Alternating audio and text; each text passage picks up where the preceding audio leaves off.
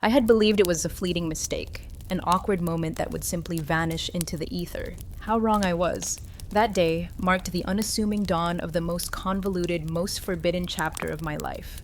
Even now, as I recount this tale, my hands tremble, not just with the weight of confession, but with the raw, lingering tension of my own internal battle, the relentless tug of war between shame and undeniable desire. Richard, my mother Carol's husband, was a man who commanded attention without uttering a single unnecessary word. At 48, he possessed a quiet maturity and an inherent charisma that seemed to emanate from his very being. He wasn't the type to raise his voice. His mere presence was enough to fill any room. He was Carol's second husband, and our relationship had always been polite, bordering on distant, until that fateful day when the delicate balance of our lives irrevocably shifted. Carol, as was her custom, was out with her girlfriends. The house, a comfortable suburban dwelling nestled amongst tree-lined streets, was left to Richard and me. It promised to be a quiet evening, or so I naively thought. I had retreated to the sanctuary of my bedroom to change. Standing before my full-length mirror, clad only in my underwear, I was just about to slip into a dress when the faintest creak of the door reached my ears. "Emily, your door's ajar." Richard's voice, soft yet resonant, drifted from the doorway. It was a calm tone, but it carried an unexpected weight that sent a jolt through me. I instinctively turned my head. His eyes were on me. Time seemed to warp and stand still. My mind went blank, unsure of how to react. I didn't instinctively cover myself, nor did I move a muscle. He hesitated at the threshold, his hand resting on the door, as if engaged in an internal debate about whether to step forward or retreat. His gaze lingered for what felt like an eternity, long enough for a wave of confusion to wash over me, followed by something else, a sensation I couldn't quite name, something unexplainable. My heart hammered against my ribs. It was only a handful of seconds, yet in those fleeting moments, the very fabric of our dynamic seemed to unravel. "I apologize," he finally murmured, his eyes flicking away, but his voice lacked the conviction of true remorse. There was a subtle undercurrent of hesitation, as if he wasn't entirely sure he regretted the intrusion. He took a step back, yet his presence continued to permeate the room even after the door clicked shut. "It's all right," I managed to murmur, my voice betraying a slight tremor. But deep down, I knew it was far from all right.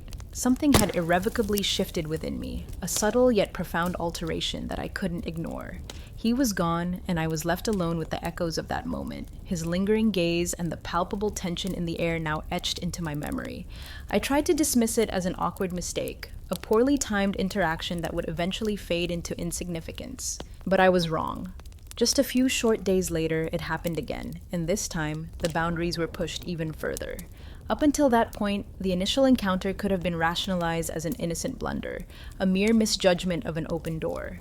I desperately clung to that belief, but it didn't take long for the unsettling truth to dawn on me. This wasn't going to stop there. That day was merely the prologue, the quiet beginning of a story that was about to unfold in ways I could never have anticipated. And now I will recount every detail of what transpired from that moment onward. The following day, we were scheduled to attend a wedding. One of Carol's closest friends was embarking on her second marriage, a joyous occasion that Carol, ever the effervescent social butterfly, was eagerly anticipating. She flitted around the house, a whirlwind of cheerful energy, already dressed in an elegant gown, her excitement palpable. Carol had always been someone who embraced life with an almost childlike enthusiasm. While I valued my friendships, the concept of unwavering loyalty in its deepest sense didn't always resonate with me. I, on the other hand, wasn't particularly thrilled about spending my Saturday at a wedding reception, but Richard's presence there unexpectedly altered the entire dynamic of the day. We arrived at the venue together, the sprawling grounds of a country club bathed in the warm glow of the late afternoon sun. As the wedding party and guests mingled around us in the bustling reception hall, somewhere in the manicured suburbs, I found my gaze drawn to Richard more frequently than was appropriate. Perhaps he had always possessed this quiet handsomeness, this understated charisma, and I had simply been too oblivious to notice. But under the soft, flattering lights of the reception, he seemed to radiate an almost magnetic confidence. His impeccably tailored suit accentuated his broad shoulders, and every step he took exuded an effortless charm that I had previously overlooked. I tried to quell the burgeoning thoughts in my head. "Don't be ridiculous, Emily," I silently chided myself, but my eyes kept instinctively wandering back to him. As the evening progressed, a lively melody filled the air, signaling the start of the dancing. Carol and Richard moved to the center of the dance floor, swaying in comfortable unison to the rhythm of the music. Carol wore her usual carefree smile, her eyes sparkling with happiness. Then, mid-dance, she suddenly turned towards me, a mischievous grin spreading across her face. "Richard, why don't you ask Emily to dance?" she called out over the music. "I need to go catch up with Jessica and the other girls for a bit." Something within me jolted awake, a sudden surge of nervous energy. My heart began to race, its frantic rhythm echoing in my ears. Richard hesitated for a fleeting moment, a barely perceptible pause, before a warm smile touched his lips. He extended his hand towards me, his eyes holding an expression that was both unbothered and confident. "Come on, Emily," he said, his tone light and inviting. "You'll have to teach me a few moves. Carol already thoroughly embarrassed me out here." His easygoing demeanor made it impossible for me to refuse. I reached out hesitantly, my voice trembling almost imperceptibly as I replied, "Sure." As we walked towards the dance floor under the watchful eyes of the surrounding guests, a prickle of nerves danced across my skin. The moment his hand found its place on my waist, a wave of warmth spread through me, and I felt my breathing quicken. His cologne, a subtle blend of wood and spice, filled my senses. The warmth of his touch through the thin fabric of my dress was undeniably real. This story is about to take a turn. If you're intrigued, make sure to subscribe to my channel and turn on notifications for more. Your support means the world. Don't forget to leave a like and a comment. As we began to move to the music, Richard's eyes never left mine. "Emily, I had no idea you were such a talented dancer," he said, his smile radiating genuine warmth. There was a certain charm in his voice, a subtle depth that struck a chord deep within me. "Dancing with you is genuinely enjoyable." I consciously avoided his gaze, trying to mask the confusing swirl of emotions that was flickering inside me. "I'm just doing my best," I managed to say, but the slight tremor in my voice betrayed my carefully constructed facade of nonchalance. Richard's smile softened, a hint of something more profound entering his eyes. "Don't sell yourself short," he said, and I could feel his hand press more firmly against my waist, a subtle yet significant gesture. "This isn't just dancing, we're sharing something here. Don't you feel it?" That was the precise moment I realized that the connection between us transcended the simple act of dancing. My body moved in time with the music, guided by his lead, but my heart and mind were spinning out of control, caught in a vortex of conflicting emotions. The crowd around us, my mother, the cheerful chatter, the twinkling lights, everything else seemed to fade into a blurry background. There was only Richard, the warmth of his hand on my waist, the intensity of his gaze holding me steady in this swirling sea of uncertainty. The confusion and a nascent forbidden desire inside me were rapidly becoming overpowering. During the gentle sway of the dance, Richard's voice, soft yet carrying a surprising depth, cut through my chaotic thoughts. "I wanted to apologize for the other day," he said, his breath warm against my ear. "I simply meant to give you a heads up about the door, but looking in like that, it was probably a little disrespectful of your privacy." A wave of warmth surged through me, and I could feel a blush creeping up my cheeks. My eyes instinctively drifted downward, but I wanted to ease the palpable tension that had settled between us. "It's okay," I said quickly, my voice shaking slightly, trying to sound nonchalant. "Really, it's no big deal. Those things can happen." Richard paused for a moment, his steps never faltering, his eyes remaining steadily locked on mine. "Still," he continued, his voice softening even further, "if it made you uncomfortable, I want you to know that wasn't my intention at all. I just wanted to get your attention." My heartbeat quickened, a frantic drum against my ribs. "I wasn't uncomfortable," I lied, trying to reassure him, while simultaneously battling the strange thrill that was beginning to take root and unfurl within me. "Really, it's fine." The air between us thickened for a fleeting moment as we continued to dance, the unspoken words hanging heavy in the space between our bodies. I was acutely aware of his hand on my waist, the subtle pressure, a constant reminder of our physical proximity, and the sincerity in his gaze, which stirred something deep and unsettling within me. But the intense moment didn't last long. As the music slowly began to fade, drawing the dance to its natural conclusion, we gradually came to a stop. "Thank you," Richard said, his smile gentle and appreciative. "You're truly a wonderful dance partner." I simply nodded, my heart still pounding a frantic rhythm against my chest. "Thank you too," I managed to say softly, my voice barely above a whisper. Then, feeling a sudden need to create distance, I quickly retreated to my assigned table and sat down, my back slightly turned to the dance floor. Richard lingered for a moment, his eyes still fixed on me from across the room, before eventually making his way to another table occupied by some of Carol's friends. But in that brief, lingering glance, it became undeniably clear that whatever this burgeoning connection was between us, it was far from over. If anything, it felt as though it had just begun to truly take hold. Later in the evening, as the festivities continued, Carol returned to the wedding hall, her face flushed with laughter and excitement. She approached our table with a bright, beaming smile. "What a lovely dance," she exclaimed, her voice filled with genuine enthusiasm. "You both looked absolutely amazing out there." Her innocent compliment only served to make me feel more flustered, a wave of guilt washing over me. I tried to play it off, forcing a faint smile. "It was fun," I said, my voice sounding strained even to my own ears. Richard simply nodded politely, a barely perceptible smile playing on his lips, his eyes carefully avoiding mine. Carol, oblivious to the undercurrent of tension that had briefly crackled between us, continued speaking, clapping her hands together with childlike glee. "Guess what? After the wedding, Jessica and the other girls and I are having a bachelorette after party. Completely girls only, of course. Richard, you'll take Emily home, right?" Richard's smile widened slightly, reaching his eyes this time. "Of course, that's no problem at all," he replied casually, his tone perfectly even. At that moment, a pang of something akin to discomfort, perhaps even a touch of protectiveness, settled in my chest. I couldn't help but feel a flicker of indignation at what seemed like Carol's casual dismissal of Richard. On a night when she should have been by his side, celebrating with him, she was readily leaving him to his own devices.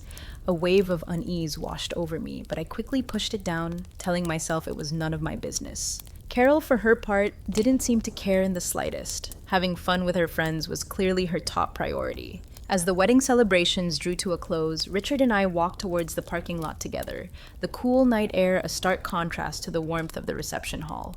Carol had already departed with Jessica and the other bridesmaids, their laughter echoing faintly in the distance. We got into Richard's car, a sleek, dark sedan, and he quietly started the engine. The silence that enveloped us during the drive home was almost palpable, thick with unspoken thoughts and lingering emotions. I stared out the window, watching the blurred lights of passing cars, trying to resist the urge to fill the quiet with nervous chatter. Eventually, it was Richard who broke the silence, his voice calm and measured.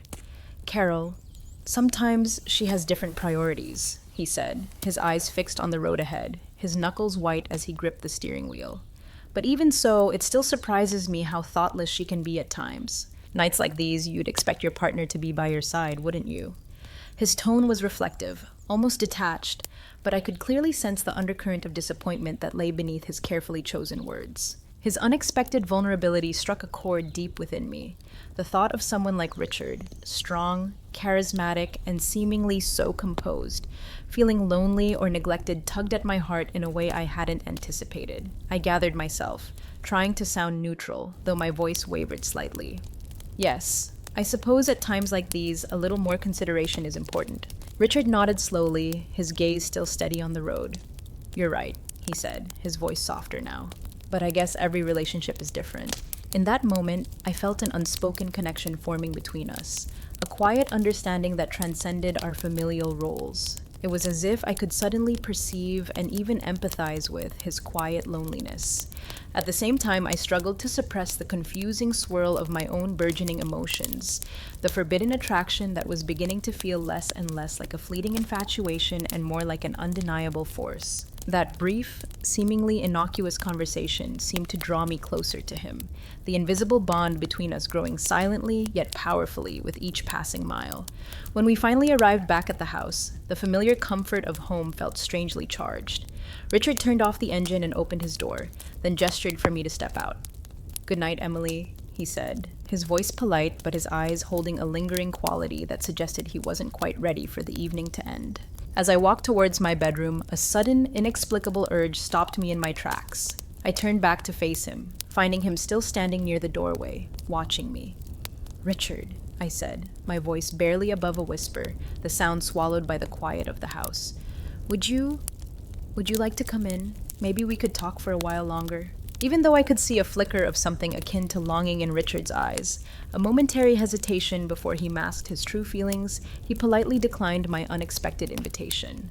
After what had transpired just days before, the memory of his intrusion still hanging in the air, he seemed understandably hesitant. I had extended the invitation partly to show him that I wasn't dwelling on that awkward moment, that it wasn't a significant issue for me anymore, but instead, I found myself retreating to my room, the weight of Carol's thoughtlessness and Richard's quiet disappointment pressing down on me. I could feel his loneliness, a tangible presence in the quiet house, and it affected me more deeply than I cared to admit. Sitting on the edge of my bed, the soft moonlight filtering through my window, I tried to calm the restless thoughts that were swirling in my head. Why was I thinking about him so incessantly? Why couldn't I stop replaying the image of him standing in my doorway, the brief, charged silence that had followed? The hours crept by with agonizing slowness, the house settling into an even deeper silence. Carol still hadn't returned, and I had no idea what Richard was doing. As I wrestled with my increasingly confused and conflicted thoughts, the soft sound of my bedroom door suddenly opening made me freeze. I looked up, my heart leaping into my throat, to see Richard standing in the doorway. His eyes held a sense of determined resolve, yet his expression was undeniably conflicted, a battle of emotions playing out on his face. I quickly stood up, a knot of anxiety tightening in my stomach. "Richard," I said, unable to completely mask the surprise in my voice. "What are you doing here?" He closed the door quietly behind him, the soft click echoing in the stillness of the room, but he didn't step any further inside. Instead, he stood there, his tall frame silhouetted against the dim hallway light, as if engaged in a silent, internal debate. "Emily," he began, his voice low and husky, laden with an undeniable weight of emotion. "You're right. Carol, she isn't always fair to me, but tonight I don't care about what Carol is doing or not doing." He took a hesitant step closer, his gaze locking onto mine, an intensity in his eyes that made my breath catch in my throat. "For a while now," he admitted, his voice steady despite the tremor that ran through me, "I've felt something. Something for you, especially after that day I walked into your room by accident. I can't seem to get it out of my head."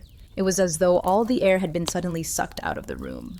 My mind went completely blank, unable to process the weight of his confession. I couldn't speak, couldn't even formulate a coherent thought. Richard continued, seemingly driven by an overwhelming need to unburden himself, regardless of the potential consequences.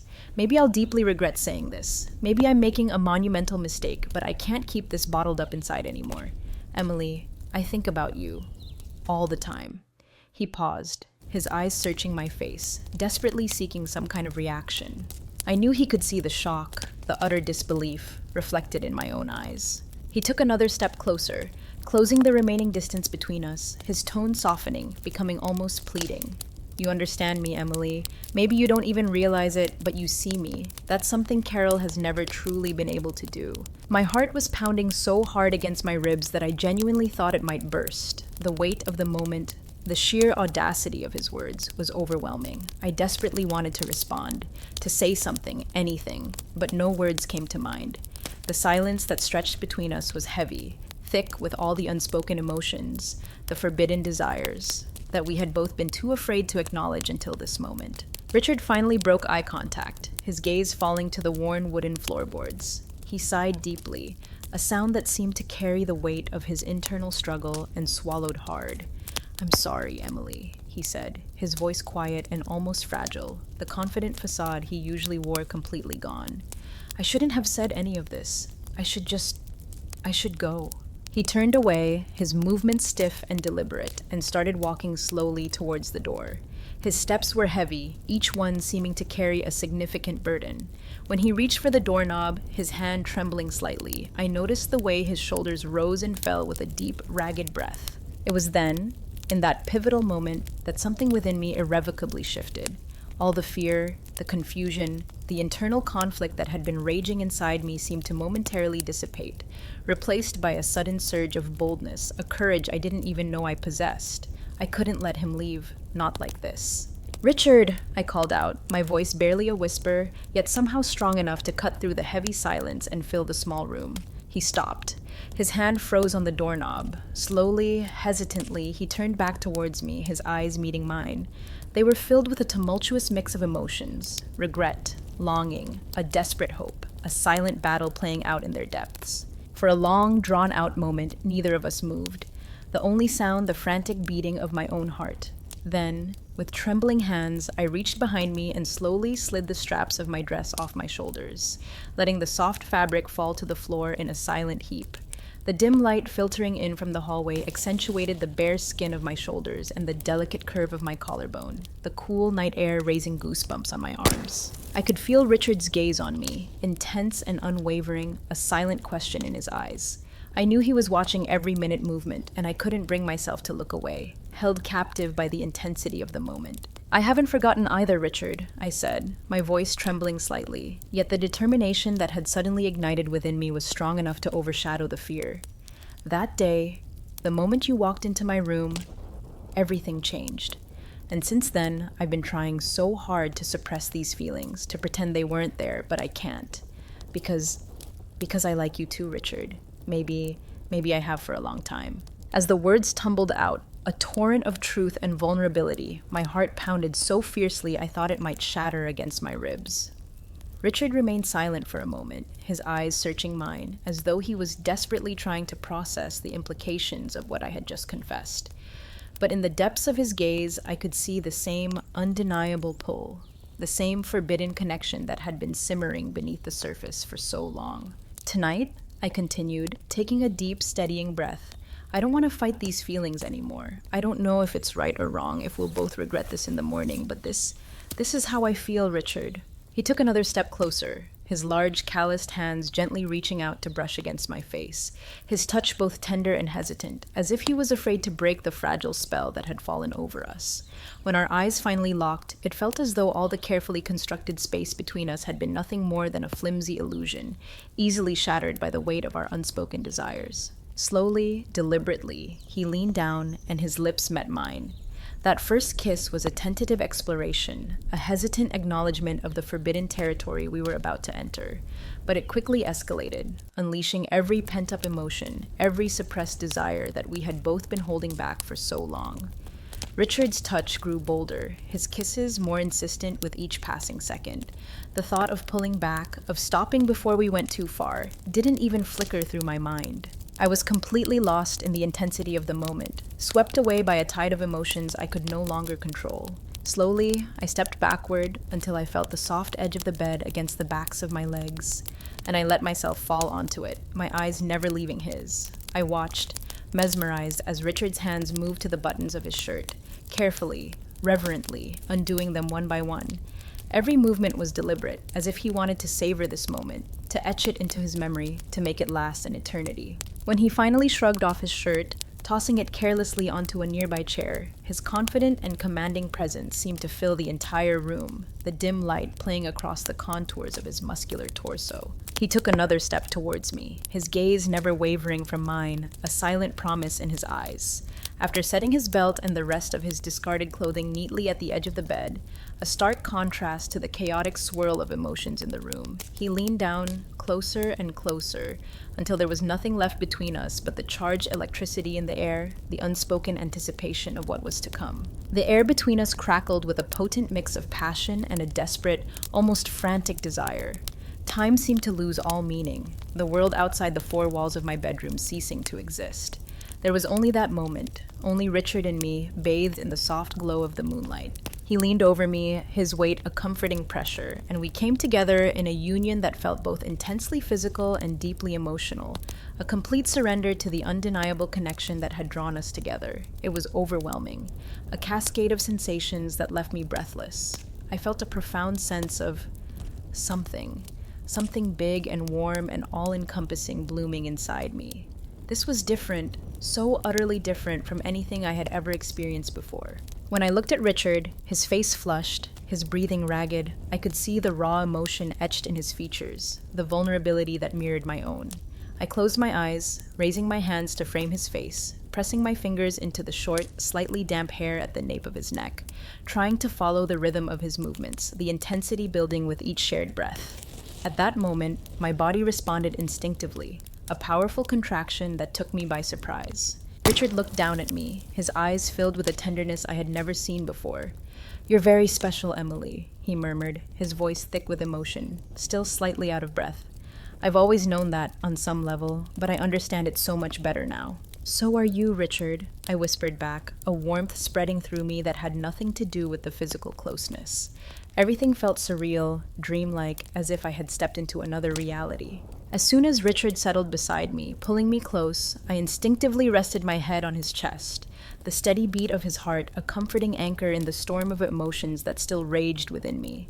Feeling the reality of this moment, the weight of his arm around me brought both a sense of profound peace and a deep, unsettling turmoil. My fingers gently traced patterns across his chest, the soft hair tickling my fingertips as I gathered the courage to break the comfortable silence that had fallen between us. You didn't come into my room by accident this time, Richard, I said, my voice low and husky, heavy with the weight of the unspoken.